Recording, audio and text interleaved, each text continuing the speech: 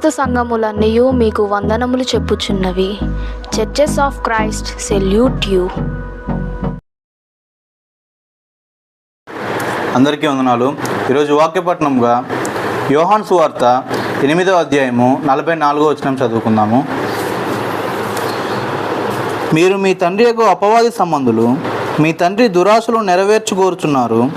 ఆది నుండి వాడు నరహంతకుడై ఉండి సత్యమందు నిలిచిన వాడు కాడు, వాని యందు సత్యమే లేదు. వాడు అబద్ధమాడినప్పుడు తన స్వభావం అనుసరించే మాట్లాడును. వాడు అబద్ధకుడును, అబద్ధమునకు జనకుడనే ఉన్నాడు. దేవుడి ఈ వాక్యాన్ని ఫలింపజేయను గాక. అందరికీ వందనాలు. ప్రార్థన చేసుకుని వాక్య ధ్యానాంశంలోకి వెళ్దాం. ప్రార్థించుకుందాం. జీవము గల తండ్రి, కృప కలిగిన దేవ, మహోన్నతుడా, పరిశుద్ధుడైన తండ్రి, మీకు స్తుతులు స్తోత్రాలు చెల్లిస్తున్నాం. ఇప్పటి వరకు మమ్మల్ని కాపాడి ఈ విధంగా నిన్ను ఆరాధించుట కొరకు, మహిమపరచుట కొరకు మమ్మల్ని సిద్ధపరిచి నడిపించిన విధానమును బట్టి కృతజ్ఞతాస్తుతులు చెల్లిస్తున్నాం. ఈ సమయంలో నాయన నీ మాటలు వినబోచుండగా తండ్రి, మమ్మల్ని బ్రతికించి మా బాధల్లో నెమ్మది కలిగించే మాటలు, మమ్మల్ని ఖండించి గద్దించే మాటలు ఈ సమయంలో మీరే మాట్లాడి మా లోపాలను చక్కదిద్ది సరిచేసి నీకు ఇష్టమైన పాత్రగా మమ్మల్ని సిద్ధపరచుకొని నీ ఉండు పరలోకానికి మమ్మల్ని నడిపించుకొని ఘనత పొందమని వేడుకొంచున్నాను. తండ్రి, ఎక్కడైతే 2-3 నీ నామమును కూడి ఉంటారో అక్కడ ఉంటానన్నారు కనుక మీరు మా మధ్యలో ఉండి ఈ ఆరాధన క్రమముగాను మర్యాదగాను మనస్పూర్వకంగా ఆరాధించినట్లుగా సహాయం చేయండి. నీ బిడ్డలతో మీరే మాట్లాడమని ఈ సమయాన్ని మీకే అప్పగిస్తూ యేసుక్రీస్తు నామమున అడిగి వేడుకొనుచున్నాము మా పరమ తండ్రి, ఆమేన్. కూడి వచ్చిన దేవుని పిల్లలైన మీ అందరికీ కూడా మన ప్రభువును లోకరక్షకుడు యేసుక్రీస్తు అత్యున్నతమైన నామమును బట్టి మీ అందరికీ హృదయపూర్వక వందనాలు తెలియజేసుకుంటున్నాను. ఈ సమయాన్ని ఇచ్చిన దేవాది దేవునికి మొదటిగా కృతజ్ఞతాస్తుతులు చెల్లిస్తున్నాం. ఎందుకంటే దినదినము మనకు కలుగు ప్రతి ఆపద నుండి, అనేక ప్రమాదాల నుండి, అనేక అనారోగ్య స్థితిగతుల నుండి మనల్ని విడిపిస్తూ, విమోచిస్తూ కాపాడుతున్న దేవుడు, మనల్ని రక్షిస్తూ తన మార్గంలోకి నడిపిస్తున్న దేవుడు కనుక అలాంటి ఉన్నతమైన పరమ తండ్రికి మనము రుణస్థులము, వందనస్థులమై ఉన్నాం. కనుక మనం జాగ్రత్త కలిగి ఆ తండ్రి మాటలు ఈ సమయంలో వినబోచుండగా జాగ్రత్త కలిగి వినటానికి మనం ప్రయత్నం చేద్దాం. ఈరోజు అంశం ఏంటంటే, ఎవరు నిజమైన తండ్రి? ఎవరు నిజమైన తండ్రి అని అంటే, ఈ ప్రశ్నకి 2 అర్థాలు ఉన్నాయి. మీరు బాగా ఆలోచిస్తే, ఎవరు నిజమైన తండ్రి అనే అంశం పెట్టుకుంటే మరొకడు అబద్ధమైన తండ్రి కూడా కనపడుతున్నాడని అర్థం. నిజం ఉందంటే అబద్ధం కూడా ఉంది అని అర్థం. వెలుగు ఉందంటే చీకటి కూడా ఉందని అర్థం. పగలు ఉందంటే రాత్రి కూడా ఉందని అర్థం. సత్యం ఉందంటే అసత్యం కూడా ఉంది అని అర్థం. అది మీరు అర్థం చేసుకోవాలని నేను చెప్పాల్సి వస్తుంది. ఎవరు నిజమైన తండ్రి అని అంటే, నిజమైన తండ్రి ఉన్నాడు, అబద్ధమైన తండ్రి కూడా ఉన్నాడు. కనుక వీళ్ళిద్దరూ ఎవరు, ఎలా మనకు తండ్రులయ్యారు అన్నది ఈరోజు అంశం. మనకు తెలిసినంత వరకు, మనం పుట్టినది మొదలుకొని ఇప్పటి వరకు మనకు తెలిసినంత వరకు తండ్రి అనగానే మనకు గుర్తొచ్చేది ఎవరయ్యా అంటే, మన ఇంట్లో ఉండి యాజకత్వము అంటే కుటుంబ పెద్దగా నిలిచిన వ్యక్తిని తండ్రి అంటాం. మనకు తెలుసు, ఎందుకంటే మన కన్న తండ్రి ఆయనే అనుకుంటాం. శరీర సంబంధమైన తండ్రి అని అంటాం ఆయన, లేదా నాకు రక్తాన్ని పంచిచ్చిన తండ్రి అంటాం. ఈ తండ్రి మన అందరికీ తెలుసు, ప్రపంచంలో ఉన్న ప్రతి వ్యక్తికి తెలుసు. అయితే ఈ తండ్రి మన జీవితంలో మనం చూస్తుండగానే కొంతకాలానికి మనల్ని విడిచిపెట్టి వెళ్ళిపోతాడు. ఈ తండ్రి మన జీవితంలోనే మనం చూస్తుండగానే కొంతకాలానికి మనల్ని విడిచిపెట్టి, ఈ లోకాన్ని విడిచిపెట్టి వెళ్ళిపోతాడు. మనకి ఇక కనపడడు ఆయన, ఎప్పటికీ కనపడ్డు. కానీ ఇది శాశ్వతము కాదు, ఈ తండ్రి శాశ్వతము కాదని తెలిసి యేసుప్రభు మత్తయి సువార్త 10వ అధ్యాయము 37వ వచనంలో, నీ తండ్రినైనను నీ తల్లినైనను నాకంటే ఎక్కువగా ప్రేమించువాడు నాకు పాత్రుడు కాడు అని రాసేది అక్కడ.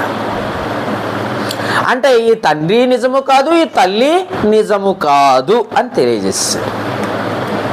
కాబట్టి శాశ్వతము కాదు అని మనకి ఈ తండ్రి గురించి మనకు అర్థమైంది. ఇప్పుడు చెప్పబోయే ఇద్దరు తండ్రులు ఉన్నారు. ఒక తండ్రి ఏమో శరీర సంబంధమైన తండ్రిగా మనకు అర్థమైపోయింది. ఇప్పుడు ఆత్మ సంబంధంగా మనం ఆలోచించగలిగితే ఇద్దరు ఉన్నారట తండ్రులు. ఈ ఇద్దరు తండ్రుల గురించి మనం చాలా జాగ్రత్తగా వినకపోతే, మనము ఎవరి పార్టీలో ఉన్నామో మనకు అర్థం కాకపోతే ఓటు ఎవరికి వేస్తామో కూడా తెలియదు. కాబట్టి మనం ఏం చేయాలి అని అంటే, ఇద్దరి తండ్రుల గురించి కొంత మనం తెలుసుకుంటే, కొంత అవగాహన ఉంటే, ఏది మంచో ఏది చెడో మనకు అవగాహన తెలిసి ఉంటే జాగ్రత్త పడతాం. దాని గురించి మనం తెలుసుకుందాం. ఈ ఇద్దరు తండ్రులు ఎవరు అని అంటే, ఆత్మ సంబంధమైన తండ్రులు వీళ్ళు. ఆత్మ సంబంధమైన తండ్రులు. ఈ ఆత్మంగా కనపడని వారు వీళ్ళు. కనపడని వీళ్ళు మన మీద హక్కుదారులుగా పెత్తనంగా ఉంది అన్న సంగతి మనం తెలుసుకోవాలి. ఎలా ఏంటి అన్నది మనం ఆలోచిస్తే, మనకు కనపడకుండానే నన్నును, నా తండ్రిని, నా తండ్రి వాళ్ళ తండ్రిని, వాళ్ళ తండ్రిని, లేకపోతే నా తాత వాళ్ళని, వాళ్ళని సృష్టించుకుంటూ వచ్చిన తండ్రి వేరు. ఆయనే పరమ తండ్రి, పరలోకంలో ఉంటాడు.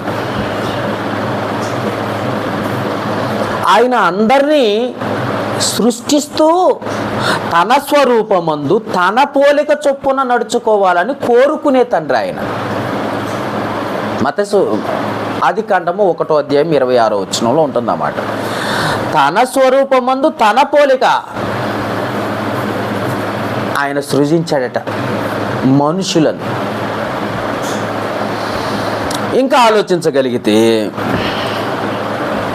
ఈ తండ్రి మనల్ని యథార్థవంతులుగా పుట్టించాడట.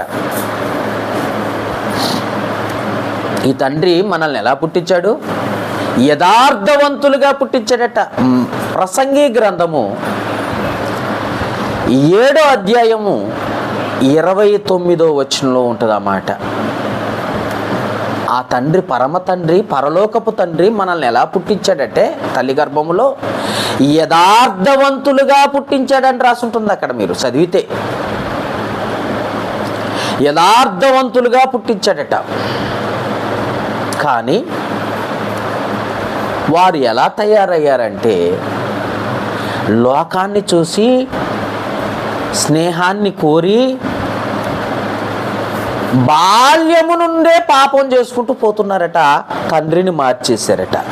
చూడండి ఒకసారి ఆ మాట కూడా చూద్దాం. ఆదికాండము చదవాలి.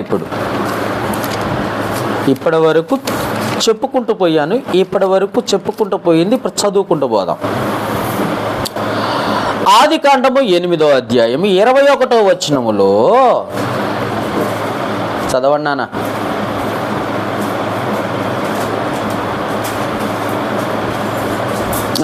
చదవండి.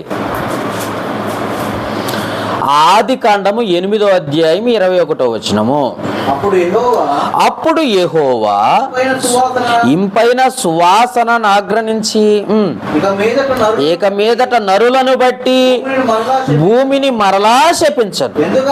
ఎందుకనగా నరుల హృదయాలోచన ఎప్పటి నుండి చెడ్డదైపోయింది అంటే, బాల్యము అంటే చిన్నప్పుడు శిశువు నుండి బాల్య దినాలు వస్తాయి, గుర్తుపెట్టుకోండి. అంటే నడిచే నడక సరిగ్గా రానప్పటి నుండి పాపంలో పడిపోతున్నారట పిల్లలు. మనమేమనుకుంటాం చిన్నపిల్లలు దేవునితో సమానం అంటాం. శిశువులుగా వచ్చాం, కానీ ఎదుగుతున్న కొద్దీ పాపంలోకి వెళ్ళిపోతున్నారట. పాపం అంటే ఏంటో కాదు, ఆజ్ఞ అతిక్రమమే పాపం. అంటే దేవుని సన్నిధిలో మనం సరిగ్గా, తల్లిదండ్రులమైన మనము దేవుని సన్నిధిలో సరిగ్గా పెంచకపోవటము పాపం, పెరగకపోవటము పాపం. దీన్ని వారి హృదయ ఆలోచనలు ఇప్పుడు బాల్యము నుండి చెడ్డదైపోయిందంట. అంటే దేవుడు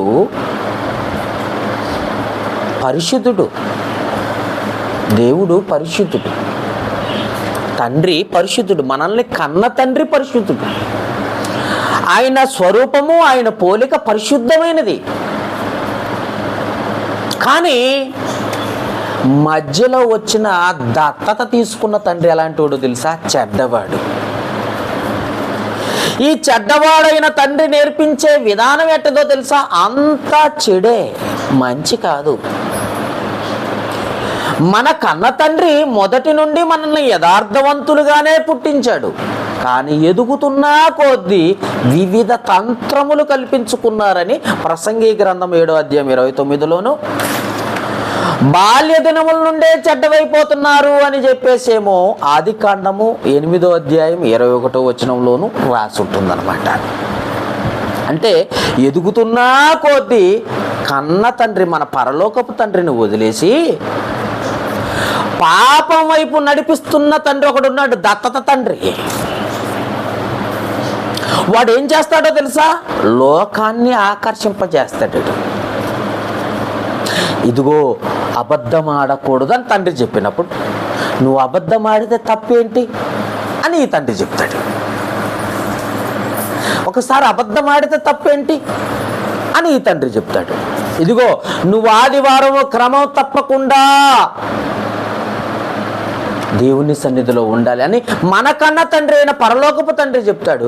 ఒక ఆదివారం పోకపోతే ఏమైంది అని ఈ తండ్రి చెప్తాడు.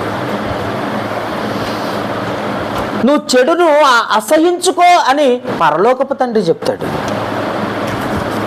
కానీ ఈ తండ్రి ఏమంటాడో తెలుసా? ఒకసారి చెడు చేస్తే ఏమైంది తప్ప, ఇదిగో నువ్వు బూతులు మాట్లాడొద్దు అని పరలోకపు తండ్రి చెప్తాడు. ఈ తండ్రి ఏం చెప్తాడో తెలుసా? మాట్లాడితే ఏమైంది, చేస్తే ఏమైంది, చూస్తే ఏమైంది అని ఈ తండ్రి చెప్తాడు. ఇప్పుడు ఎదుగుతున్న కొద్దీ మనకు అనుకూలంగా ఏ తండ్రిని మార్చుకున్నామో తెలుసా? నిజాన్ని మాట్లాడటం ఆపేశాం, పరలోకం వైపు చూడటం ఆపేశాం, దేవుని సన్నిధికి రాకుండా ఆపేశాం, దేవునికి ఇవ్వకుండా ఆపేశాం, దేవుని సన్నిధిలో యథార్థంగా ఉండకుండా ఆపేశాం. అంటే ఇవన్నీ ఆపేస్తున్నావంటే ఆ తండ్రిని ధిక్కరిస్తున్నావని అర్థం.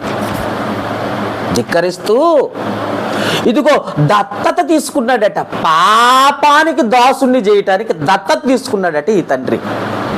ఏ తండ్రి? అపవాదని తండ్రి. దత్తత తీసుకొని తన వైపు మళ్ళించుకొని తనకిష్టమైన రీతిగా నడిపిస్తున్నాడట ఈ తండ్రి. అందుకే ఆ తండ్రి గురించి యేసు ప్రభు నోటి గుంట వచ్చిన మాటనే ఇప్పుడు చదువుతున్నాం. చూద్దాం. యోహాను సువార్త 8వ అధ్యాయం 44వ వచనంలో ఆ తండ్రి గురించే చెప్తున్నాడు ఇక్కడ. ఏ తండ్రి? పరలోకపు తండ్రి గురించి కాదు,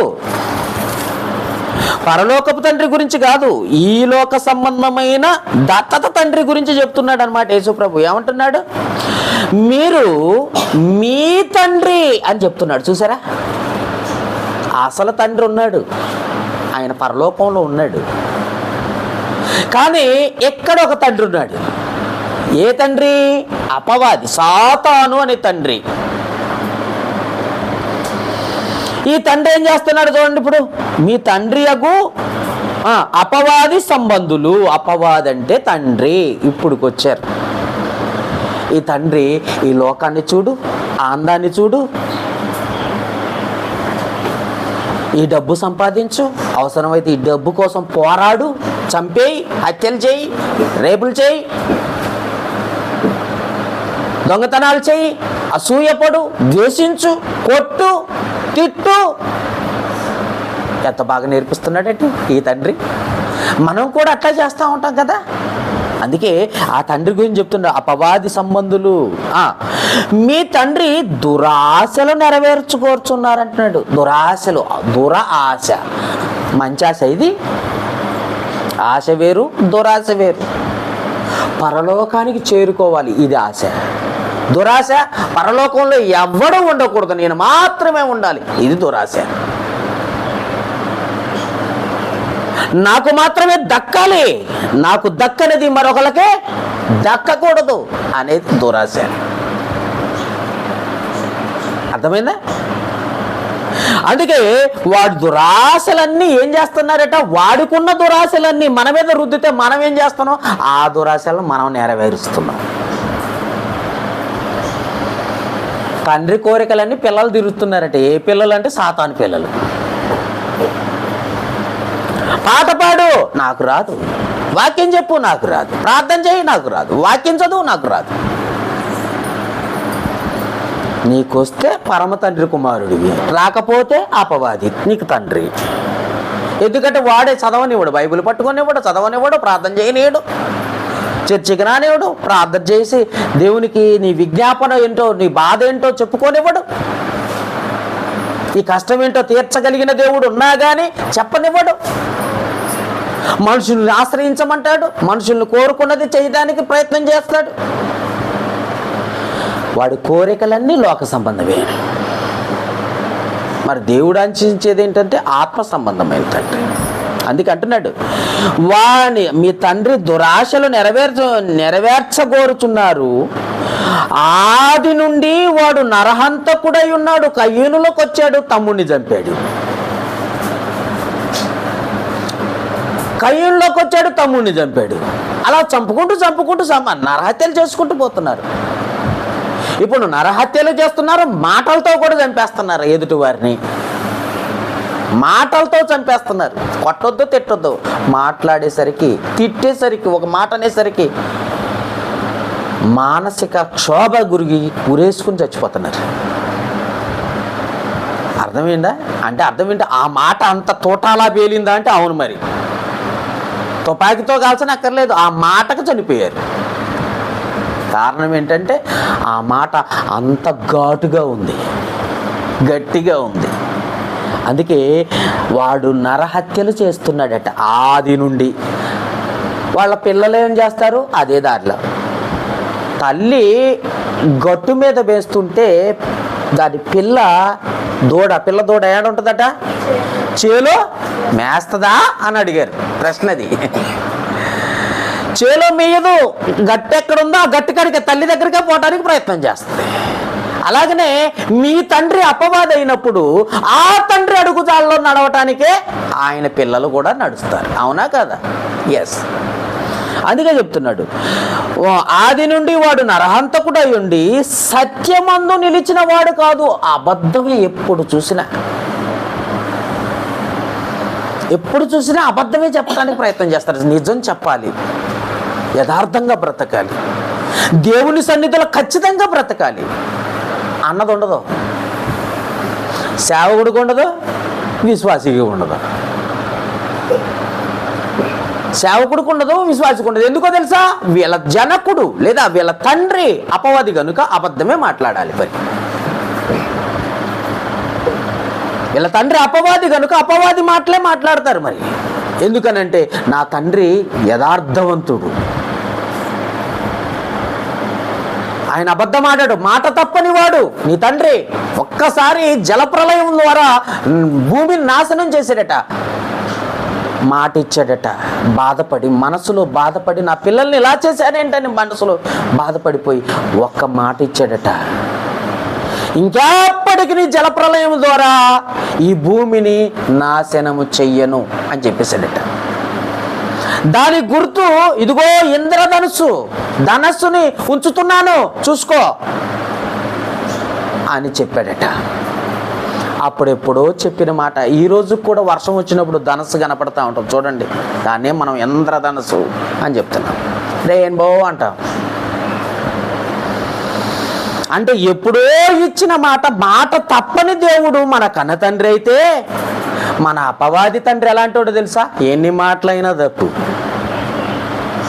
ఎన్ని అబద్ధాలు అన్నాడు, ఎంత మోసం అన్నా చెయ్యి, నీతిగా ఉండకపోయినా పర్వాలేదు, ఈ లోకంలో గొప్ప పేరు సంపాదించాలంటే బాగా పాపం చెయ్యాలి.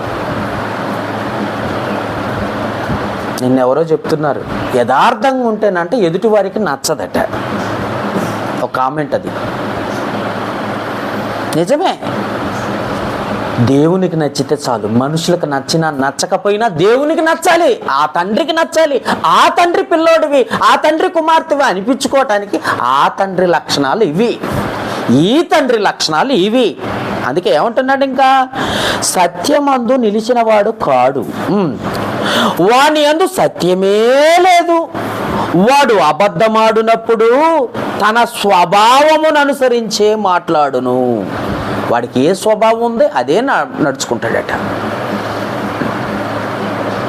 ఏ స్వభావం ఉంది వాడికి? ఏ స్వభావం అంటే అబద్ధమే, పాపమే, ఎప్పుడు పాపమే. పరిశుద్ధంగా బ్రతకాలని ఎప్పుడూ ఉండదు. పాపం పాపం పాపం పాపం. అసలు దేవుడే లేడంటే అవసరమైతే నేను రానంటాడు చర్చికి. ఎందుకంటే అపవాది నీకు తండ్రి అయిపోయాడు, అందుకే నీకు దేవుడు గుర్తురాడు, సంఘానికి రావు నువ్వు. రైట్. ఇంకా అబద్ధమాడినప్పుడు తన స్వభావం నడిచి మాట్లాడు, వాడు అబద్ధికుడు, అబద్ధమునకు జనకుడునై ఉన్నాడు అని యేసు ప్రభు స్టేట్మెంట్ ఇచ్చాడు. ఇప్పుడు నీకు అర్థమైంది ఏంటంటే, పరలోకమందున్న మా తండ్రి అని ప్రార్థన చేసే నీవు, పరలోకంలో ఒక తండ్రి ఉన్నాడు, ఆయన పరిశుద్ధుడు. ఆయన ఎలాంటి వాడో కూడా చదువుదాం రండి. ఆయన ఎలాంటి వాడో పేతురు రాసిన మొదటి పత్రిక, ఆయన ఎలాంటి వాడో కూడా చూద్దాం రండి. మరి ఆయన గురించి మనం తెలుసుకోకపోతే ఎట్లా? ఆయన గురించి కూడా తెలుసుకుందాం.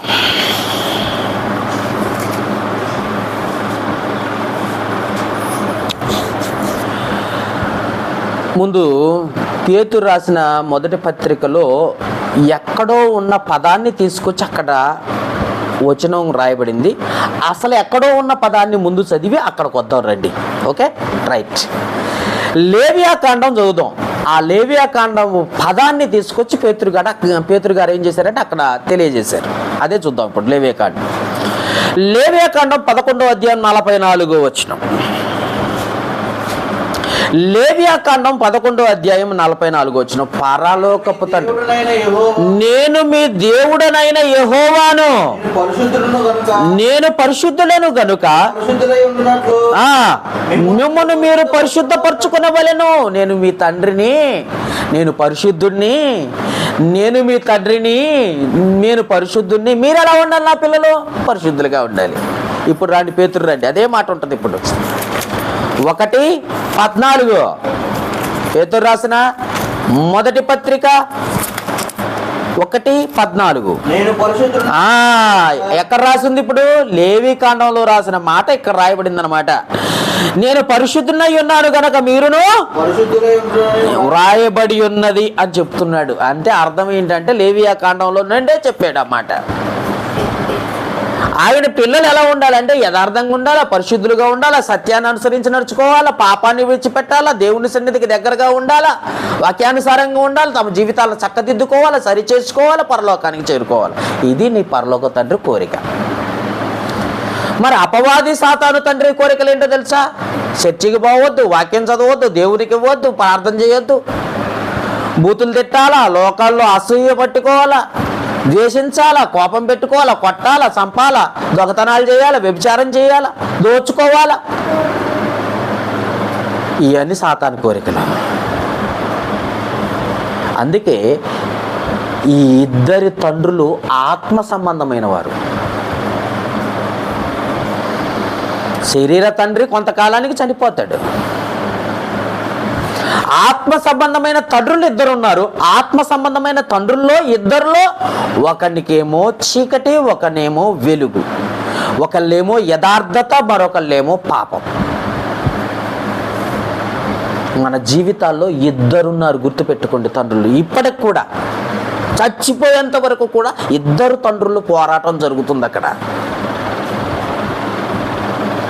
ఇద్దరు నా కుమారుడు, నేను కన్న నా కుమారుడు యథార్థంగా ఉండాలనేమో పరలోకపు తండ్రి, నా కుమారుడు నేను దత్తత తీసుకున్న కుమారుడు పాపంలో ఉండాలేమో అపవాది. ఇద్దరు తండ్రులు. ఈ ఇద్దరు తండ్రుల్లో ఎవరు నిజమైన తండ్రి? ఇది అంశం. ఇంత చెప్పాల్సి వచ్చింది ఇద్దరు తండ్రుల గురించి చెప్పాలంటే. చూద్దాం ఇప్పుడు ఈ ఇద్దరు తండ్రులు పరలోకపు తండ్రి గురించి మనం తెలుసుకుందాం పూర్తిగా. అపవాది గురించి ఆటోమేటిక్గా అన్నీ తెలుసు కాబట్టి. ఎఫెసీయులకు రాసిన పత్రిక 4:6 ఈ పరలోకపు తండ్రి ఏమి కోరుకుంటున్నాడో, ఎలా ఉండాలని కోరుకుంటున్నాడో, ఎలా అందరికీ తండ్రి అయ్యాడో చూద్దాం ఇప్పుడు. ఎఫెసీయులకు రాసిన పత్రిక 4:6 అందరికీ తండ్రి అయిన దేవుడు ఒక్కడే. అందరికీ భూమి మీద ఉన్న అందరికీ తండ్రి అయిన దేవుడు ఒక్కడే ఉన్నాడు. అది గుర్తుపెట్టుకోండి. అపవాదిగాడు కనలేదు, కన్నోళ్ళకి తెలిసింది పిల్లల బాధ ఏంటో, పిల్లల గురించి. అంటే కన్నవాడు ఎంత కష్టమైనా తన పిల్లల్ని, ఎంత బాధపరిచినా తన పిల్లల్ని పెంచుకోవటానికే చూస్తారు, వదిలిపెట్టడానికి చూడరు. పెంచిన వాడికి ప్రేమ ఉండదు, తక్కువ ఉంటుంది. చాలామంది ఈ లోక సంబంధమైన కన్నోళ్ళ కంటే పెంచిన వాళ్ళ ప్రేమ గొప్పదని అంటారు, కానీ నమ్మకండి. కన్నవాడికి తెలుసు ఆ బాధ ఏంటో, పెంచిన వాళ్ళకేం తెలిసిద్ది ఆ బాధ. అలాగనే కన్న తండ్రి ఎలా ఉండాలనుకుంటున్నాడంటే అందరూ నా పిల్లలని ప్రేమిస్తున్నాడట ఆయన, అందరిలో ఉండాలనుకుంటున్నాడట ఆయన పరలోకపు తండ్రి. ఆయన ఉద్దేశం ఏంటి? అందరూ నా పిల్లలే, అందరిపైన ఒకే వర్షం కురవాలి, అందరిపైన ఒకే వెలుగు రావాలి, ఎండ రావాలి, చల్లదనం రావాలి, అందరికీ ఒకే గాలి, ఒకే నీరు, అందరినీ పరలోకానికి నడిపించాలి, అందరిలో నేనే ఉండాలి, అందరికీ తండ్రిగా ఉండాలన్న కోరిక ఆయనే కన్నాడు కాబట్టి అందరిలో వ్యాపించి ఉండాలనుకుంటున్నాడు ఆయన. అందరిలో తండ్రి లక్షణాలు, పరలోకపు తండ్రి లక్షణాలు ఉండాలని కోరుకుంటున్నాడు. పీల్చే గాలి కానుండి, నించనగా ఆహారం కానుండి అన్నీ ఇచ్చిన తండ్రి ఆయన. ఆరోగ్యాన్ని, ఆయుష్నిచ్చిన తండ్రి ఆయనే, ప్రాణాన్ని ఇచ్చిన తండ్రి కూడా ఆయనే. అపవాది వచ్చాడట, అపవాది యోబు దగ్గరకు వచ్చాడట, ఆ ప్రాణం మాత్రం ముట్టొద్దన్నాడట తండ్రి, పరలోకపు తండ్రి. నువ్వేమైనా చేసుకో యోబుని, ప్రాణం నా చేతిలో ఉంది, దాన్ని ముట్టొద్దు అన్నాడట, ఒక్కటే మాట.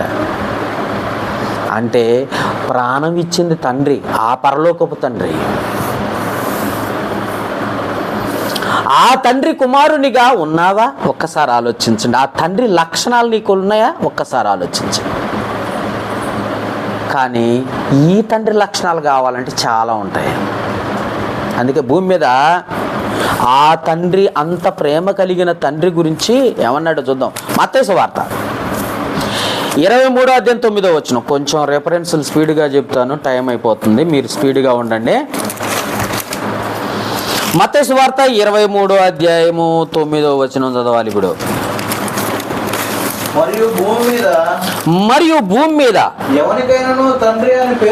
ఎవరికి ఆ తండ్రికి ఉన్న ప్రేమ ఈ భూమి మీద శరీర తండ్రికి కూడా లేదట.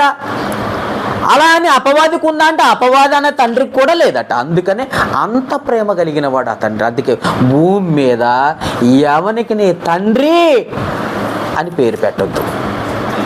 ఈ మధ్యకాలంలో సేవకులు కూడా తండ్రి అని పిలిపించుకుంటున్నారు, డాడీ అని పిలిపించుకుంటున్నారు. ఆ పేరు ఎవరికి పెట్టొద్దని ఆయన కోరుకుంటున్నాడు, పేరు పెట్టేసి వస్తామని చెప్పి అట పిలుస్తున్నారు. ఎందుకంటే ఈ మధ్యకాలంలో ఫాదర్స్ డే వచ్చింది కదా, ఆ ఫాదర్స్ డే కాడ నుండి డాడీ అని పిలవటం మొదలు పెట్టేస్తారు. కాబట్టి జ్ఞాపకం చేసుకోండి, భూమి మీద ఎవ్వరికి అంత ప్రేమ లేదు, ఆయనకి మాత్రమే ఉంది కనుక ఆయనే తండ్రి. అందుకే యేసు ప్రభువే నోటుగుంట చెప్పిన మాట, భూమి మీద ఎవరికి అధికారం లేదట తండ్రి అని పిలిపించుకునే అధికారం. ఈవెన్ కన్న తండ్రి అయినా మన శరీర తండ్రికి కూడా లేదట. మన కన్నాడని అనుకుంటున్నావే, శరీరాన్ని ఇచ్చిన తండ్రికి కూడా ఈ పిలిపించుకునే అర్హత లేదట. ఆయనకు ఉందంట, ఆయనకు ఒక్కడికే ఉందంట.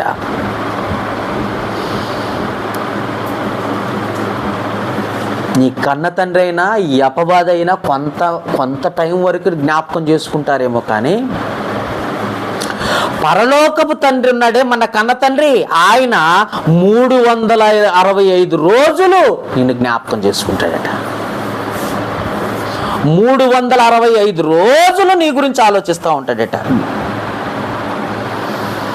అందుకే యోహాను సువార్త 20వ అధ్యాయం 7వ వచనంలో యేసు ప్రభు మాట చూడండి ఒకసారి.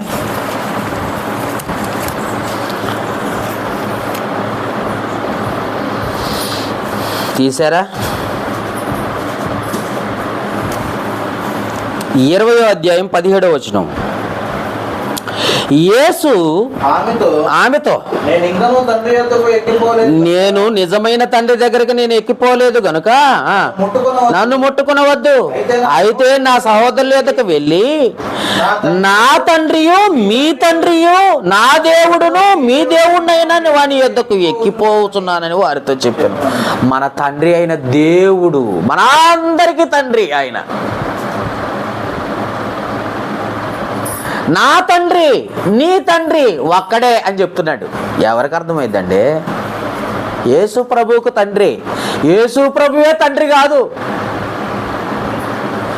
బైబిల్ తెలియని వాళ్ళు ఏం చేస్తున్నా తెలిసి ఈ మధ్య కొత్త పాస్టర్లు వచ్చారండి. వాళ్ళు ఎలాంటి వాళ్ళో తెలుసా? యేసు ప్రభువా తండ్రి, యేసయ్యా యేసు ప్రభువే తండ్రా? యేసు ప్రభువుకి తండ్రి ఉన్నాడా అంటే యేసు ప్రభువుకి కూడా తండ్రి ఉన్నాడు. ఆయనే అంటున్నాడు, నా తండ్రి నీ తండ్రి, ఆయన యొద్దకు ఎక్కిపోతున్నాను, ఆయన పరలోకంలో ఉన్నాడు అంటున్నాడు. అర్థమైందా? అంటే నీ తండ్రి అయినా నా తండ్రి అయినా యేసు ప్రభు తండ్రి అయినా ఆయనే. అంతే. భూమి మీద ఉన్న సమస్త మానవులను సృష్టించిన వాడు ఆయన.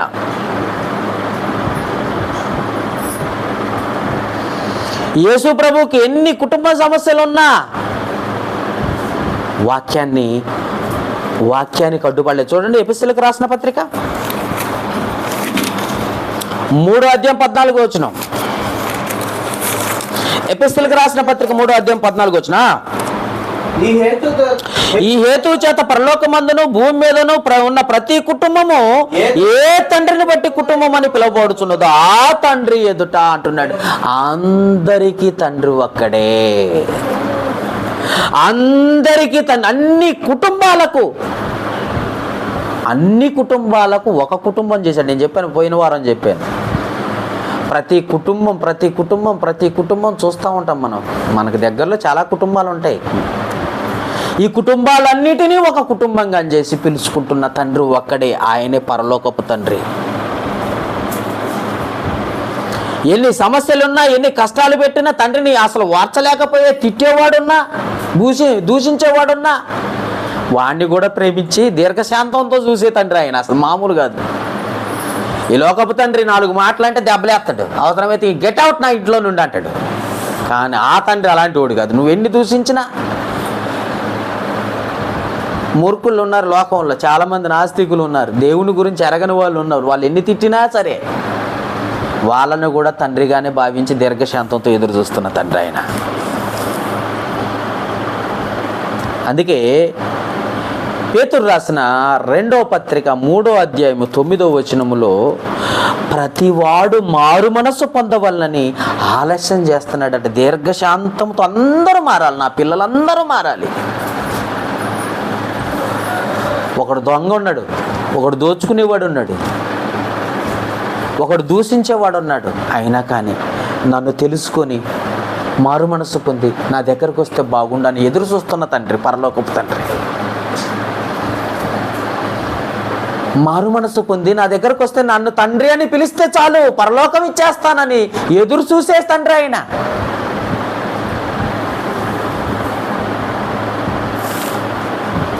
అలాంటి తండ్రి కావాలా? లేకపోతే దీర్ఘశాంతమే లేకుండా పాపంలోకి నెట్టేసి, పాపం చేయించి, దొంగతనాలు చేయించి జైల్లో పెట్టించే తండ్రి కావాలా? నరహత్యలు చేసి చచ్చి నరకానికి నడిపించే తండ్రి అయిన అపవాది కావాలా? ఒకసారి ఆలోచించండి. ఇలాంటి తండ్రి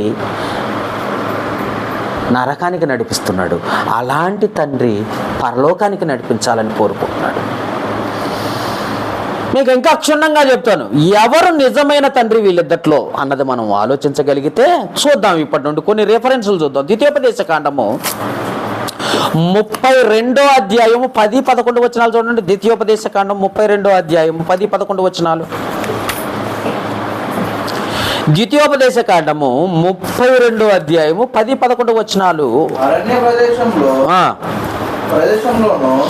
అరణ్య ప్రదేశములోను భీకర ధ్వని గల పాడైన ఎడారిలోను వాణ్ణి కనుగొని ఆవరించి పరామర్శించి తన కనపాపు వలెను వాణ్ణి కాపాడెను. పక్షిరాజు తన గూడు రేపి తన పిల్లల పైన అల్లాడుచు రెక్కలు చాపుకొని వాటిని పట్టుకొని తన రెక్కల మీద వాటిని మోయినట్లు యెహోవా వానిని నడిపించును. ఈ తండ్రి చూసావా? పరలోకపు తండ్రిని చూసావా ఎలా నడిపిస్తున్నాడో? రియల్ ఫాదర్ అంటే ఇలాగుంటాడు. అపవాది కాదు, శరీర సంబంధమైన తండ్రి కూడా కాదు. తన బిడ్డల్ని కంటి పాప వలె కాపాడుకుంటున్నాడట. ఇంకా చూద్దాం. యెషయా గ్రంథం 66వ అధ్యాయము 12-13 వచనాలు. యెషయా గ్రంథము 66వ అధ్యాయము 12-13 వచనాలు చూడండి ఒకసారి. పరలోకపు తండ్రికి ఉన్న లక్షణాలు చూడండి. మన ఎంత ప్రేమిస్తున్నాడో మీకు తెలియటం కోసం ఈ రెఫరెన్స్లు.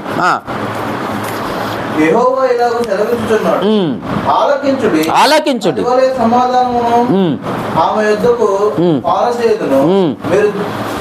జలముల ఐశ్వర్యము అనుభవించినట్లు ఒడ్డు మీద పొర్లిపారు జలముల వలె మీ యొద్దకు దానిని ఆచేతును.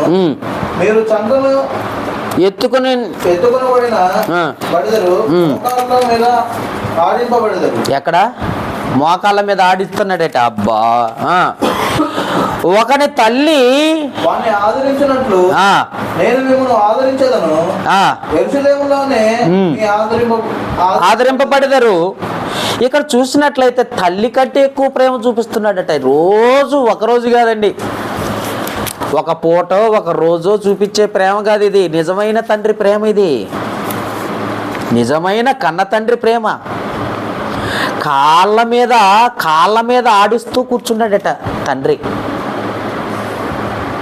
రియల్ తండ్రి అండి, రియల్ ఫాదర్ ఈయన. మీకా గ్రంథం చూడండి. ఇప్పుడు మీకా గ్రంథము 7వ అధ్యాయం 18-19 వచనాలు. ఇక్కడేమంటున్నాడో తెలుసా? ఎన్ని తప్పులు చేసుకుంటూ పోయినా క్షమించే తండ్రి అట. దొరికిందా? మీకా గ్రంథము 7వ అధ్యాయము, మీకా గ్రంథము 7వ అధ్యాయము, పేజీ నెంబరు 767 పేజీ. 7వ అధ్యాయము 18-19 వచనాల్లో తన స్వాస్థ్యములో శేషించిన వారిని దోషమును పరిహరించి వారు చేసిన అతిక్రమముల విషయమై వారిని క్షమించు దేవుడవైన నీతో సమానుడు ఉన్నాడా? దేవుడు ఉన్నాడా? తండ్రి ఉన్నాడా అని అడుగుతున్నాడు. నువ్వెన్ని పాపాలు చేసినా క్షమించుకుంటూ పోతున్నాడు నీ తండ్రి. ఇంకా ఆయన కనికరమ చూపుట యందు సంతోషించువాడు గనుక నిరంతరము కోపించడు. మరలా మన యందు జాలిపడును, మన దోషములు అణిసివేయును, వారి పాపములన్నిటినీ సముద్రపు అగాధములో నీవు పడవేత్తు అని చెప్తున్నాడు. తండ్రి అంటే కరిగిపోతుందంట అండి. పరలోకపు తండ్రి, నా తండ్రి అని మోకరించి ప్రార్థన చేస్తే వెంటనే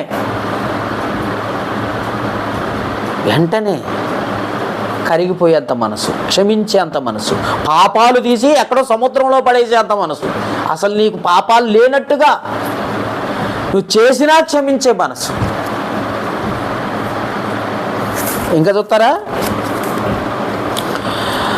చూద్దాము ఇంకా యెషయా గ్రంథం 46వ అధ్యాయం 3-4 వచ్చిన. యెషయా గ్రంథం 46వ అధ్యాయం 3-4 వచ్చిన. యాకోబు ఇంటి వారులారా, యాకోబు ఇంటి వారులారా, ఇశ్రాయేలు ఇంటి వారిలో జయించిన వారులారా, గర్భమును పుట్టినది మొదలుకొని, ఎప్పుడు గర్భమును పుట్టినది మొదలుకొని నా చేత భరింపబడిన వారులారా, తల్లి ఒడిలో కూర్చుండినది మొదలుకొని నేను చంకన పెట్టుకున్న వారులారా, నా మాట ఆలకించుడి. 4వ వచనం, ముదిమి అంటే ముసలితనము వచ్చు వరకు నిన్ను ఎత్తుకొని వాడను నేనే, తల వెంట్రుకలు నెరవే వరకు నిన్ను ఎత్తుకుని వాడను నేనే, నేనే చేసి ఉన్నాను, చంక పెట్టుకున్న వాడను నేనే, నిన్ను ఎత్తుకొని రక్షించు వాడను నేనే అంటున్నాడు. ముసలితనం కాదు, యవ్వనస్తుడైన వాడిని కూడా ఎత్తుకోలేరు ఈ తండ్రి అయితే.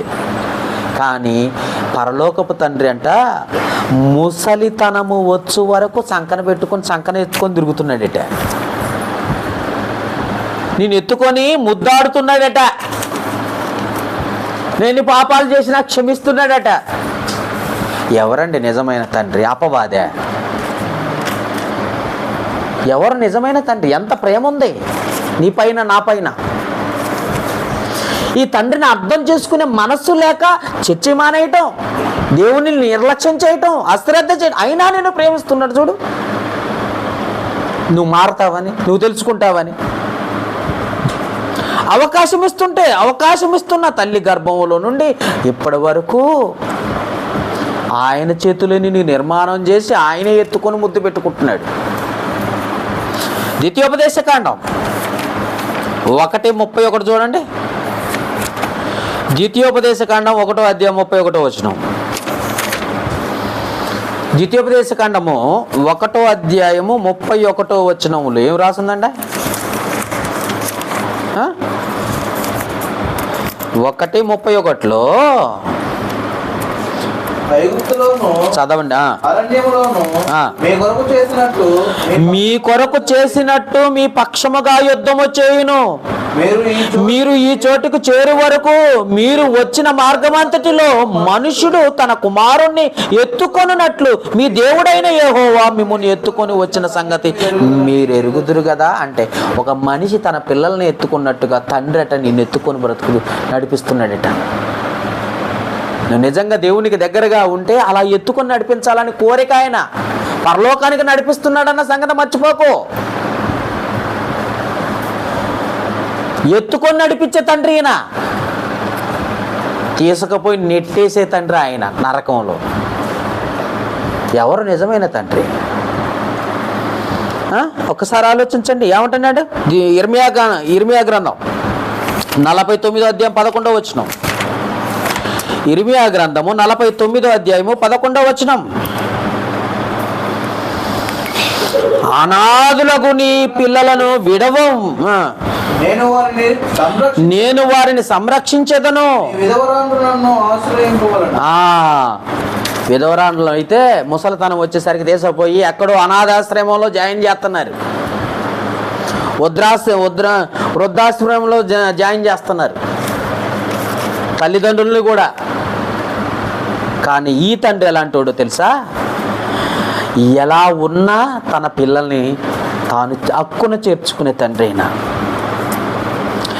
తల్లిదండ్రి చచ్చిపోతే నా పిల్లలు అనాథలు అవుతారా, నేనున్న తండ్రిని అని హక్కును చేర్చుకునే మనస్సున్న తండ్రి అయినా.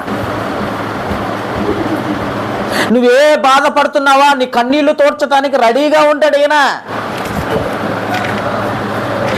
నువ్వు కన్నీళ్లతో అడిగితే ఏదైనా సహాయం చేయడానికి ముందుకొచ్చే తండ్రి ఈయన. మనుషులైతే మోసం చేస్తారేమో కానీ దేవుడు ఎప్పుడు ఎవరిని మోసం చేసినట్టుగా ఎక్కడా లేదు. దేవుడు నిన్ను నడిపించేవాడే తప్ప, నిన్ను బలపరిచేవాడే తప్ప నిన్ను పడగొట్టేవాడు దేవుడు కాదు, సాతాను పడగొడతాడు. గుర్తుపెట్టుకో. మత్తయి సువార్త 7వ అధ్యాయము 9 నుండి 11 వచనాలు. మత్తయి సువార్త 7వ అధ్యాయము 9, 11 వచనాలు. 9 నుండి 11 వచనాలు. మీలో ఏ మనుషుడైనను తన కుమారుడు తన కుమారుడు తన రొట్టెను అడిగిన ఎడల వానికి రాతినిచ్చునా, చేపని అడిగిన పామునిచ్చునా? మీరు చెడ్డవారు, గుర్తుపెట్టుకోండి, మీరు పాపంలోనే ఉన్నారు, అయినా మీరు చెడ్డవారయ్యుండి ఎడల మీ పిల్లలకు మంచి ఈవులను ఈయనెరిగి ఉండి పరలోకమందున్న మీ తండ్రి తన్ను అడుగువారికి అంతకంటే ఎంతో నిత్యముగా మంచి ఈవులను ఇచ్చును కదా అంటున్నాడు. నీ కొడుకు ఎంత చెడ్డోడైనా నువ్వు ప్రేమించి అడిగింది ఇస్తున్నావు కదా. చెడ్డ కుమారునికే నీకు అంత ప్రేమ ఉంటే నిన్నును నీ కుమారుణ్ణి కన్నవాడికి ఎంత ప్రేమ ఉంటుందని చెప్తున్నాడు. అంతకంటే గొప్పగా ఇస్తున్నాను నేను అంటున్నాడు. మంచి ఈవుల్ని ఇస్తున్నాను నేను అంటున్నాడు. మీరు చెడ్డవారై ఉన్నా సరే మంచి ఈవుల్నే ఇస్తున్నాను అంటున్నాడే తప్ప మీరు నా పిల్లలు కాదు అని ఎప్పుడు కూడా దేవుడు నిన్ను వదిలేసిన వాడు కాదు. దేవుని మాట వినకుండా భూ సంబంధమైన తండ్రి మాట చాలా మంది వింటారు, ఎందుకంటే చర్చికి కూడా రాకుండా. కానీ నువ్వు విడిచిపెట్టినా నిన్ను విడిచిపెట్టువాడు ఆయన కానే కాదు అన్న సంగతి గుర్తుపెట్టుకుంది. అందుకే ఏమంటున్నాడు హెబ్రీలకు రాసిన పత్రిక 12వ అధ్యాయము 9వ వచనం. హెబ్రీలకు రాసిన పత్రిక 12వ అధ్యాయము 9వ వచనములో, మరియు శరీర సంబంధులైన తండ్రులు మనకు శిక్షకులై ఉండిరి, వారి యందు భయభక్తులు కలిగి ఉంటిమి, అట్లయితే ఆత్మలకు తండ్రి అయిన వానికి మరి ఎక్కువగా లోబడి బ్రతకవలను కదా. నీకేమర్థమైంది? ఈ లోకపు తండ్రి, ఈ శరీర సంబంధమైన తండ్రికే నువ్వు ఎంతగా భయపడుతున్నావు. నా తండ్రి గారు వస్తున్నారు, మా డాడీ వస్తున్నారు అని అంటే ఆత్మలకు తండ్రి అయిన దేవునికి ఎంత భయపడాలి, ఎంత ఎక్కువగా ఆయన మాటలు వినాలి, ఎంతగా లోబడాలి. ఈ తండ్రి మంచి మాట చెప్పినా చెడ్డ మాట చెప్పినా శరీరాన్ని తలకాయ ఆడిస్తూ లోబడతావే కానీ ఆ తండ్రి మంచి మాట మాత్రమే చెప్పే దేవుడు కదా. మరి ఆ తండ్రి మాట ఎంతగా వినాలి చెప్పండి, ఒకసారి ఆలోచించు.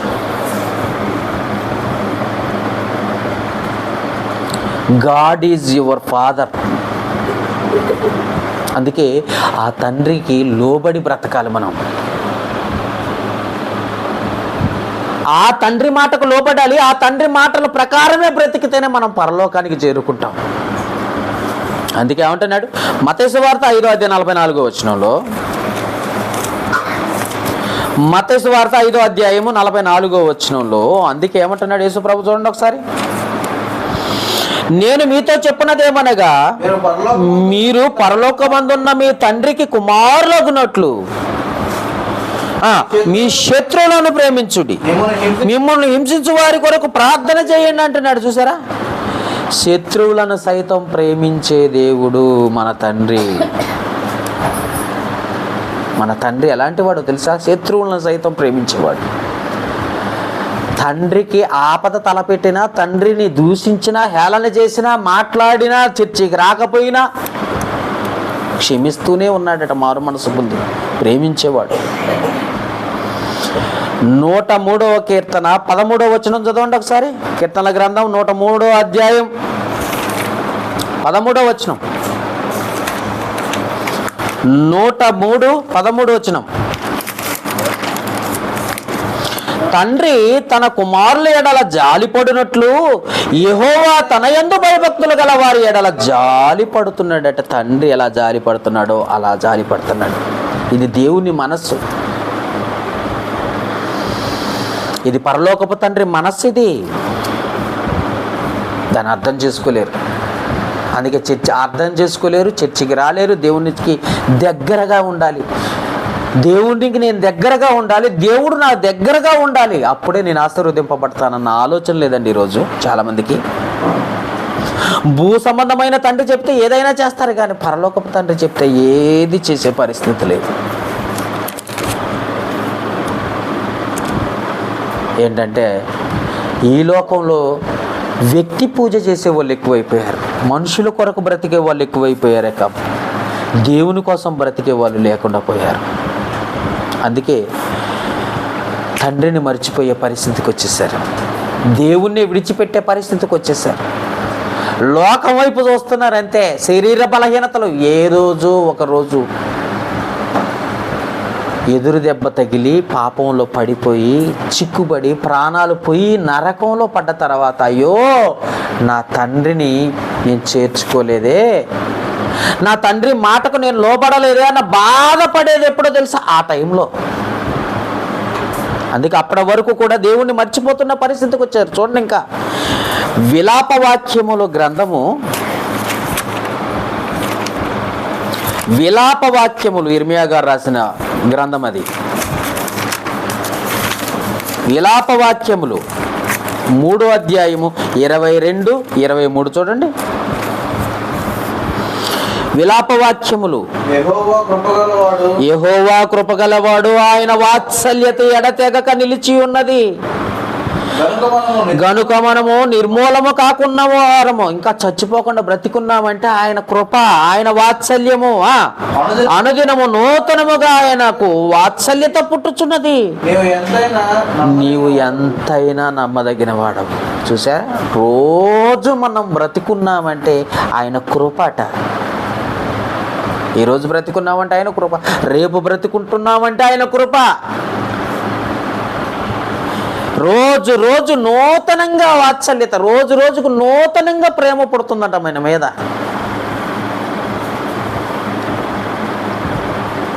అర్థమైందా?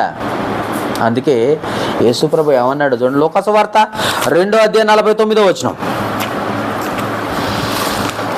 లోకసువార్త 2వ అధ్యాయం 49వ వచనం.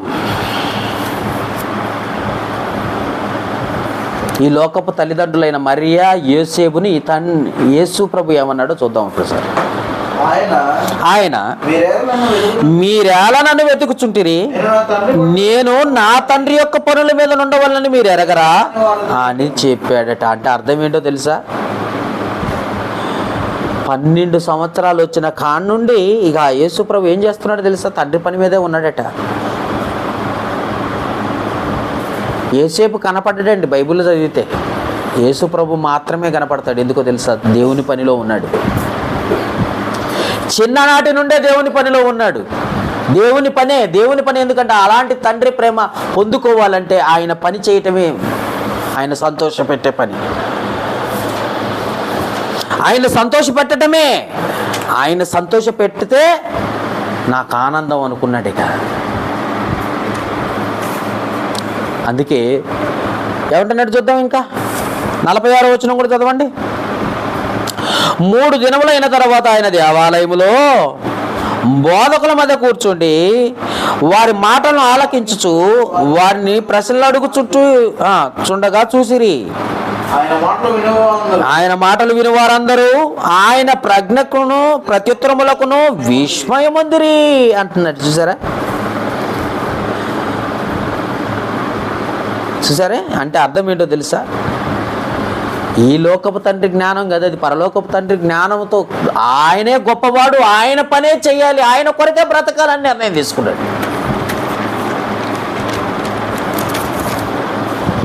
సిలువలో కూడా ఏమంటున్నాడు తెలుసా? 23వ అధ్యాయం అదే లోకసువార్త 46వ వచనంలో, 23వ అధ్యాయం 46వ వచనంలో ఆ తండ్రి మీద ప్రేమ చూడండి ఎలా ఉందో యేసుప్రభుకి కూడా. 46, 23:46. అప్పుడు యేసు గొప్ప శబ్దంతో కేక వేసి, తండ్రి నీ చేతికి నా ఆత్మను అప్పగించుకొనుచున్నానని ఆయన ఇలాగ చెప్పి ప్రాణం విడిచినాడు. ఎందుకు నా చెయ్యి ఎందుకు విడిచిపెట్టావని అంటున్నాడు తెలుసా? తండ్రి ప్రేమ అంత గొప్పది, నన్ను ఎందుకు విడిచితివి? ఆ తండ్రి చెయ్యి పట్టుకోవటానికి ప్రయత్నం చేయాలి మనం కూడా. మనల్ని నడిపించేవాడు ఆయన. నిజమైన తండ్రి ఆయన, పరలోకపు తండ్రి ఆయన. హోషియా గ్రంథం 11వ అధ్యాయం 3వ వచనం చూడండి. హోషియా గ్రంథము 11వ అధ్యాయము 3వ వచనం.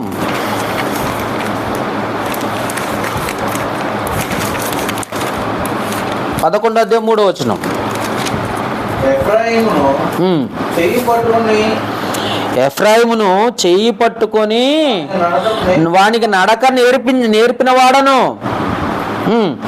నేనే, వారిని కౌగిలించుకున్న వాడను నేనే వారిని స్వస్థపరచువాడినైనను ఆ సంగతి వారికి మనసును పట్టలేదు అంటున్నాడు. చూసారా, ఈరోజు మనకు కూడా అదే పరిస్థితి. చెయ్యి పట్టుకొని నడక నేర్పించేవాడు ఎవరో తెలుసా? తండ్రి అనుకుంటున్నాను. పరలోకపు తండ్రి ఆయన. ఎప్పుడూ కౌగిలించుకొని ముద్దు పెట్టేవాడు ఆయన. అంతేకాక స్వస్థపరిచేవాడు ఆయన, స్వస్థత కలగజేసేవాడు ఆయన. ఎవరికి అర్థమవుతుంది తండ్రి గురించి? పాపం చేసుకుంటూ పోతున్న వారి గురించి ఆలోచిస్తే పరలోకపు తండ్రి గురించి ఆలోచించే పరిస్థితి లేదంటే వాళ్ళకి. ఎప్పుడు పాపం, లోకం. తిండి మొదట ఈ లోకంలో ఎలా బ్రతకాలంటే తిండి కొరకు పాకులాడాలి. దేవుని గురించి కాదు. దేవుడు ఏం చేస్తున్నాడో కూడా వాళ్ళకి ఆలోచన లేదు. అవసరమైతే చర్చి రారు, మానేస్తారు. దేవునికి ఇవ్వరు, దేవుని సన్నిధిలో యథార్థంగా ఉండరు, వాళ్ళకి నచ్చినట్టుగా ఉంటారు అంతే. తండ్రి ప్రేమ వాళ్ళకి అర్థం కాదు. ఎందుకంటే వాళ్ళు లోక సంబంధమైన వాళ్ళు, అపవాది పిల్లలు వాళ్ళు. అందుకు వాడికి అర్థం కాని పరిస్థితి. ఎంత చెప్పు వాళ్ళ దేవుడు స్వస్థపరిచేవాడు ఆయనే, నిన్ను బాగు చేసేవాడు ఆయన, నీకు ఆయుష్నిచ్చిన వాడు ఆయనే. చూడండి, ఇంకా ద్వితీయోపదేశకాండం 10వ అధ్యాయము 18వ వచనం. ద్వితీయోపదేశకాండము 10వ అధ్యాయము 18వ వచనం చూడండి ఒకసారి. 10వ అధ్యాయం 18వ వచనం. ఆయన తల్లిదండ్రులు లేని వారికి విధవరాళ్ళకి న్యాయము తీర్చి పరదేశీ అందు దయచుంచి అన్న వస్త్రములు అనుగ్రహించువాడు. ఈరోజు నువ్వు తింటున్నావంటే ఆయనే కారణం. నువ్వు చక్కని వస్త్రాలు ధరించుకుంటున్నావంటే కారణం ఎవరో తెలుసా? ఆయనే. ఆయన లేకుండా నువ్వు వస్త్రాలు కూడా ధరించలేవు, ఆయన లేకుండా నువ్వు భోజనం కూడా చేయలేవు. కానీ ఆయన లేకుండా బ్రతికేద్దాం అనుకుంటున్నారు చాలామంది. ఆయన లేకుండా బ్రతికేద్దాం అనుకుంటున్నారు చాలామంది. ఆయన లేకుండా నువ్వు బ్రతకలేవు అన్న సంగతి నీకు అర్థం కావట్లే. ఆయనే నిన్ను బ్రతికించేవు అన్న సంగతి అర్థం కావట్లే. అర్థమైందా? అందుకే యెషయా గ్రంథం 49:13 చూడండి ఒకసారి. యెషయా గ్రంథము 49వ అధ్యాయము 13వ వచనం ఒకసారి చదివితే, 49:13 శ్రమ నొందిన తన జనుల యందు జాలిపడి యెహోవా తన జనులను ఓదార్చి ఉన్నాడు. ఆకాశమా ఉత్సాహధ్వని చేయుము, భూమి సంతోషించుము, పర్వతములారా ఆనందధ్వని చేయండి. ఎందుకో తెలుసా? ఓదార్చే దేవుడు మనకున్నాడు. ఓదార్పు యాత్ర కాదు, ఓదార్చే దేవుడు ఈయన. బాధ కలిగి నొచ్చుకొని మనసులో బాధపడుతున్నావా? నేను నీకున్నానమ్మా అని నిన్ను బలపరిచేవాడు, ఓదార్చేవాడు దేవుడు. ఓదార్పు కలిగిన వాడు, ఓదార్చే తండ్రి ఏనైతే నిన్ను పాపంలోకి నెట్టేసేవాడు అపవాది. ఎవరు నిజమైన తండ్రి? కీర్తనల గ్రంథం 57వ అధ్యాయం 16వ వచనం చూడండి. కీర్తనల గ్రంథం 57వ అధ్యాయము 16వ వచనం.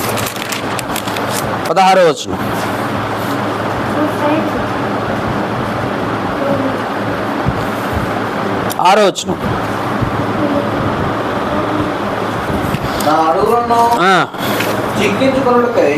నా అడుగులను చిక్కించుకొనుటకై వారు వలయొడ్డిరి. నా ప్రాణము కృంగి ఉన్నది, నా ఎదుట కృండ తవ్వి దానిలోనే తామే పడిరి. చూసారా? నా హృదయం నిబ్బరంగా ఉన్నది. దేవా, నా హృదయం నిబ్బరంగా ఉన్నది, నేను పాడుస్తూ స్తుతి చే. ఈ కారణం ఎవరో తెలుసా? దేవుడు. లోకంలో ఎవరు ఉన్నారో తెలుసా? శత్రువులు ఉన్నారు, పొంచి ఉన్నారు. అయినా సరే దేవుడు నిన్ను విడిపించడానికి, నడిపించడానికి ప్రయత్నం చేస్తున్నాడు. నిన్ను ఆదరిస్తున్నాడు, పోషిస్తున్నాడు, సంరక్షిస్తున్నాడు ప్రతిదినము. ఒక్క క్షణం కాదు, ప్రతి దినము. ఇంకేమంటున్నాడు? ఇర్మియా గ్రంథం 12:3 చూడండి. ఇర్మియా గ్రంథము 12వ అధ్యాయం 3వ వచనం. యెహోవా, నీవు నన్ను ఎరిగి ఉన్నావు, నన్ను చూచుచున్నావు. నా హృదయము నీ పట్ల ఎట్లున్నది? నీవు శోధించుచున్నావు. వదకు ఏర్పడిన గొర్రెల వలెను వారిని హతము చేయుము. వద దినము నాకు వారిని ప్రతిష్ఠించుము అంటున్నాడు. చాలు. తన పిల్లలను నడిపించేవాడు. కోప్పడినను తిరిగి రమ్మని కోరుకునేవాడు. కోప్పడినను తిరిగి రావాలని కోరుకునేవాడు, నడిపించేవాడు, బలపరిచే తండ్రి. ఇంతకంటే మంచి తండ్రి ఎవరున్నారు? అందుకే ఎవరు నిజమైన తండ్రి? నిజమైన తండ్రిని తెలుసుకొని నువ్వేం చేస్తున్నావు ఇంకా ఒక్కసారి ఆలోచించు. అపవాది తండ్రిని చేసుకొని అపవాదిలాగా ప్రవర్తిస్తున్నావా, లేకపోతే నిజమైన తండ్రిని తెలుసుకొని దేవుని వైపు తిరుగుతున్నావా? ఒక్కసారి ఆలోచించు. ఏమంటున్నాడు? యెషయా గ్రంథము 54వ అధ్యాయం 9-10 వచనాలు. యెషయా గ్రంథము 54వ అధ్యాయం 9-10 వచనాలు. ఏమంటున్నాడండి? 54వ అధ్యాయము 9-10 వచనాలు. నోవహు కాలమున దొరికిందా? జలప్రలయమును గూర్చి నేను చేసినట్లు చేయుదును. జనములు భూమి మీదకి ఎకనో పొర్లుచు రావని నోవహు కాలమున నేను ఒట్టు పెట్టుకున్నట్లు నీ మీద కోపముగా ఉండననియు నిన్ను గద్దెంపననియు నేను ఒట్టు పెట్టుకుని అన్నాను. ఎంత బాగా చెప్తున్నాడు చూడండి. అది నీ మీద కోపాడినయ్యా, రాయ తిరిగిరా, తెలుసుకో, మారు. ఓర్చుకోవటానికి కూడా, సహనానికి కూడా ఒక హద్దు ఉంటుందట. నువ్వెన్ని చేసినా సహనంతో ఎదురు చూస్తున్నాడంటే ఆయన సహనంతో ఉన్నాడని. కానీ నీకేం అర్థమవుతుందో తెలుసా? ఏం కాదులే, ఏం చేసినా పర్వాలేదులే అనుకుంటున్నావు నువ్వు. ఏమంటున్నాడు 10వ వచనం? పర్వతంలో తొలగినను, మెట్టలో దద్దరిల్లినను నా కృప నిన్ను విడిచిపోదు, సమాధాన విషయమై నీ నిబంధన తొలగిపోదు అని నీ యందు జాలిపడు యెహోవా సెలవిచ్చుచున్నాడు. ప్రయాసపడి గాలివాన చేత కొట్టబడినట్లు ఆదరణ లేక ఉన్నదానా, రా తిరిగి దేవుని వైపు తిరిగి మారుమనసు పొందు. నిజమైన తండ్రి ఆయనే అని తెలుసుకో. ఇకనైనా మారు మనసు పొంది తండ్రికి ఇష్టమైన రీతిగా నడుచుకోవడానికి ప్రయత్నం చేయి. అదే నిజమైన తండ్రికి ఉన్న ప్రేమ, పరలోకపు తండ్రికి ఉన్న ప్రేమ. అది ఆయన మనస్సును అర్థం చేసుకో. ఏమంటున్నాడు? మత్తయి సువార్త 23వ అధ్యాయం 9వ వచనం. ఇందాక చదువుకున్నాం. భూమి మీద ఎవనికి నీ తండ్రి అని పేరు పెట్టవద్దు. ఎందుకో తెలుసా? అంత ప్రేమ కలిగిన వాడు మరొకరు లేరు. అంతగా నిన్ను ప్రేమించేవారు మరొకరు లేరు. తల్లి ప్రేమ కొంతకాలం ఉండి వెళ్ళిపోతుంది, తండ్రి ప్రేమ ఇంకొంతకాలం ఉండి వెళ్ళిపోతుంది. కానీ అపవాది ప్రేమ నరకానికి నడిపిస్తుంది. కానీ ఈ తండ్రి ప్రేమ యుగ యుగములు శాశ్వతములై ఉన్నాయి. అలాంటి తండ్రిని విడిచిపెట్టి ఆయన సన్నిధిని వదిలిపెట్టి చర్చికి రాకుండా ఇంటికాడుండి ఇంకేదో సాధిద్దాం అనుకుంటే ఏమీ సాధించలేదు.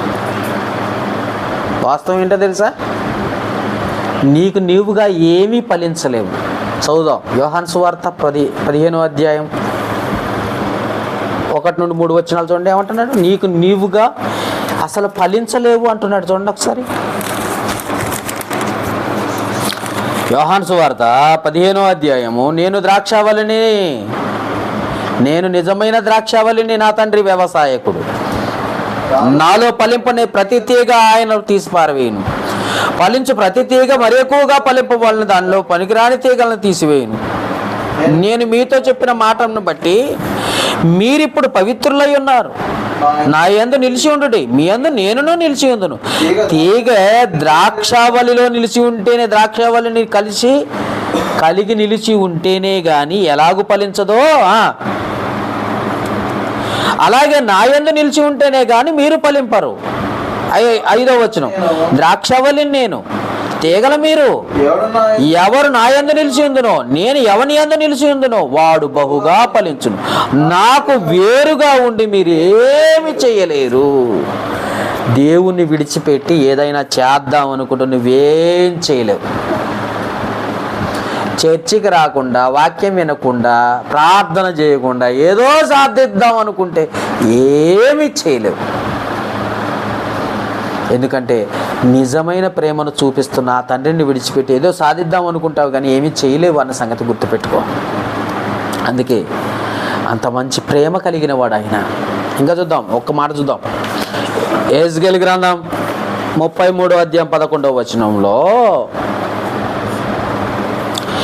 యెహెజ్కేలు గ్రంథము 33వ అధ్యాయము 11వ వచనము చూద్దాం ఒకసారి.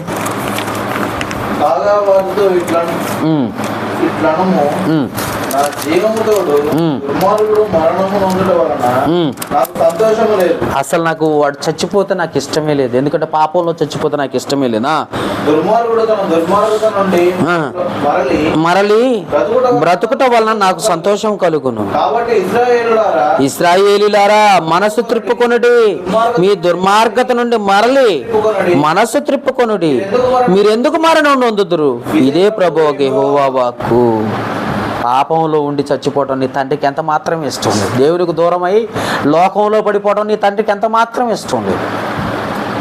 మీరు అలా ఉండి నశించిపోవటం, అపవాదికి దోస్తులైపోయారు, చివరికి మరణించే వారిగా వెళ్ళిపోతున్నారు. నాకు ఇష్టం లేదయ్యా. మారండి, మారు మనస్సు పొందండి, తండ్రి వైపు తిరగండి, తండ్రి కొరకు బ్రతకండి, తండ్రి ఉన్న పరలోకానికి చేరుకోండి. ఇదిగో యేసు ప్రభు చేరుకున్నాడు. ఆయన ప్రేమ ఎంత గొప్పదంటే తన దేవుడు లోకంను ఎంతో ప్రేమించను కాగా తన అద్వితీయ కుమారునిగా పుట్టిన వాని యందు విశ్వాసముంచు ప్రతివాడు నశింపవలదని నిశ్చయించుకున్నాడు. ఏ ఒక్కరూ కూడా భూమి మీద పుట్టిన ప్రతి వానికి ఆయనే తండ్రి, ఆత్మలకు తండ్రి ఆయన. అలాంటి తండ్రిని విడిచిపెట్టి ఏదో సాధిద్దాం, ఏదో చేసేద్దాం అనుకుంటే బాబేలు గోపురం కట్టుకుంటూ పోయారట, పేరు సంపాదించుకుందామని. చూసారా, చివరికి భాషల తారుమారై ఒకడికొకడికి సంబంధం లేకుండా పోయారు.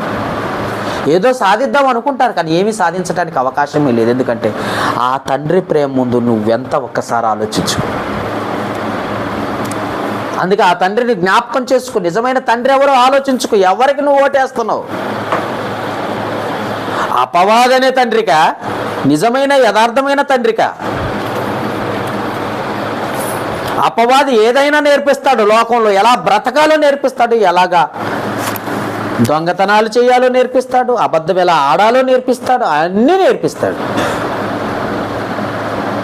పైగా వాడు దేవుని దగ్గరికి వెళ్ళి నీ సన్నిధికి వచ్చే పిల్లలు ఎలాంటి వాళ్ళో తెలుసా నీకు అని అడుగుతున్నాడట. ఒక మాట చూడండి, 33 యెహెజ్కేలు ఏమంటున్నాడు? 33:31 అపవాదిగాడు దేవుని దగ్గరికి వెళ్ళి చర్చికి వచ్చిన వాళ్ళ గురించి ఏమంటున్నాడో చదవండి ఒకసారి. నా జనులు, జాగ్రత్తగా గుర్తుపెట్టుకోండి, నా ప్రజలు వాళ్ళు ఎవరు అనుకుంటున్నావు? నా బిడ్డలు వాళ్ళు రాదగిన విధముగా నీ దగ్గరకు వస్తారు, చర్చికి వస్తారు. నీ దగ్గరకు వచ్చి ఎట్ట కూర్చుంటారు? కాలారు చాపుకుంటారు, గోళ్ళ కారుకుంటారు, నిద్రపోతూ ఉంటారు, ముసుగేసుకుంటారు, ఆడేడు తిరుగుతూ ఉంటారు. ఏందిదే?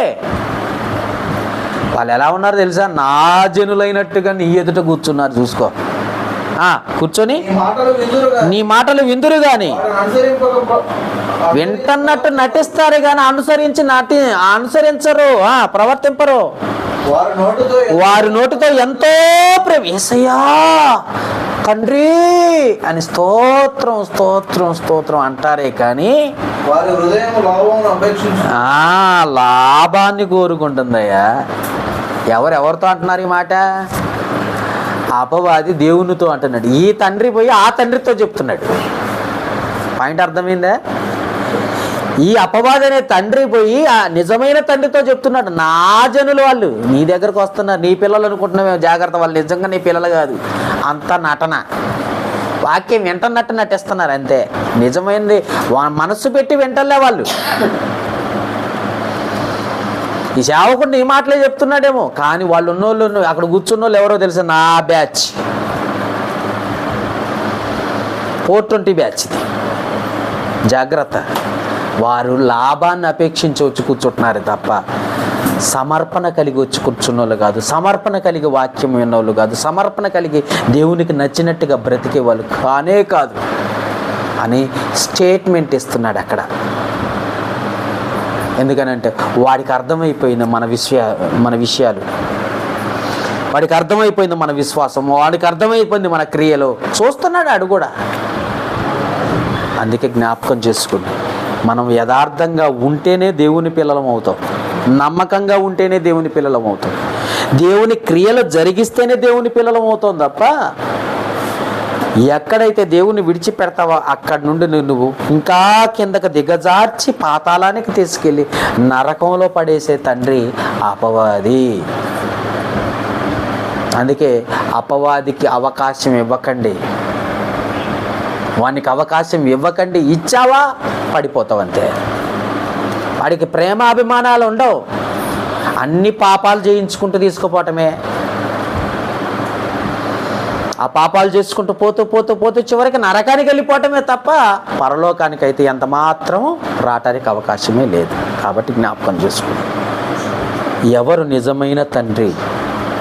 అపవాదా, పరలోకపు తండ్రి? అపవాది చేసేదేమో పాపం, చేయించేది పాపం, నడిపించేది నరకానికి. దేవుడు చేయించేదేమో, మన కన్న తండ్రి అయిన దేవుడు చేయించేదేమో పరిశుద్ధమైన పని, పరిచర్య పని, సువార్త పని. ఆయన నడిపించేది పరలోకానికి. ఎవరు నిజమైన తండ్రో ఒక్కసారి ఆలోచించుకోండి. ఎవరికి నిజమైన ప్రేమ ఉందో ఒక్కసారి. ముదిమి వచ్చు వరకు తల్లి అయినా మరచునేమో, నేను నిన్ను మరువను అన్న ప్రేమ అయింది. ముదిమి వచ్చు వరకు కూడా నిన్ను చంకనెత్తుకొని ముద్దు పెట్టుకునేవాడు ఆయన. ప్రతిదినము అరచేతుల్లో చెక్కుకొని నిన్ను చూసి ఆశీర్వదించాలి, నీకు కలుగు ప్రమాదాల నుండి తప్పించాలి, నీ కలుగు ఆపదల నుండి తప్పించాలి, నీకు కలుగు అనారోగ్య స్థితిగతుల నుండి విడిపించేవాడు ఆయనే. అది ఆయన ప్రేమ, ఎందుకంటే కన్నవాడు కాబట్టి మనము ఏ ప్రేమకు లోబడుతున్నామో ఒక్కసారి ఆలోచించుకుని, ఎవరు నిజమైన తండ్రో ఆలోచించుకుని, ఆయన తరపుండి ఆయన ఎదుట యథార్థంగా బ్రతకడానికి ప్రయత్నం చేద్దాం. ప్రార్థన చేసుకుందాం. మమ్మల్ని మిక్కిలిగా ప్రేమిస్తున్నాం మా ప్రియ పరలోకపు తండ్రి, మహోన్నతుడా, పరిశుద్ధుడా, పరమందాసీనుడు అయిన మా తండ్రి, మీకు స్తుతులు స్తోత్రాలు చెల్లిస్తున్నాం. మేము ఎవరి పక్షమున ఉన్నామో నీ మాటల ద్వారా, అనేక మాటల ద్వారా మాకు తెలియజేసి తండ్రి, మమ్మల్ని మేము సరి చేసుకొని ఎవరి పక్షమున నిలవాలో కూడా అర్థం చేసుకుంటే కొరకు గొప్ప మాటలు తెలియజేసి విని విడిచిపెట్టక పరిశుద్ధుడైన దేవుని వైపు, తండ్రి వైపు తిరగాలి, తండ్రి కొరకు బ్రతకాలి, తండ్రి పనిలో ఉండాలి, తండ్రిని సంతోషపెట్టాలన్న మంచి మనస్సు, తండ్రి ఉన్న పరలోకానికి చేరుకోవాలన్న మంచి ఆలోచన నీ బిడ్డల కలగ చేయమని వేడుకొనిచున్నాను. ఇట్టి మాటలు నా తండ్రి వారి హృదయాల్లో భద్రపరచుకొని వాక్యానుసారంగా జీవించే ఆలోచన వారు కలగ చేయమని వేడుకుంటూ, ఇట్టి మాటలు విన్నవారిని చూసేవారిని కూడా దీవించి ఆశీర్వదించమని వేడుకుంటూ, ఈ మనవులు మా ప్రభువైన యేసుక్రీస్తు నామమున అడిగి వేడుకొనుచున్నాము మా పరమ తండ్రి. ఆమేన్.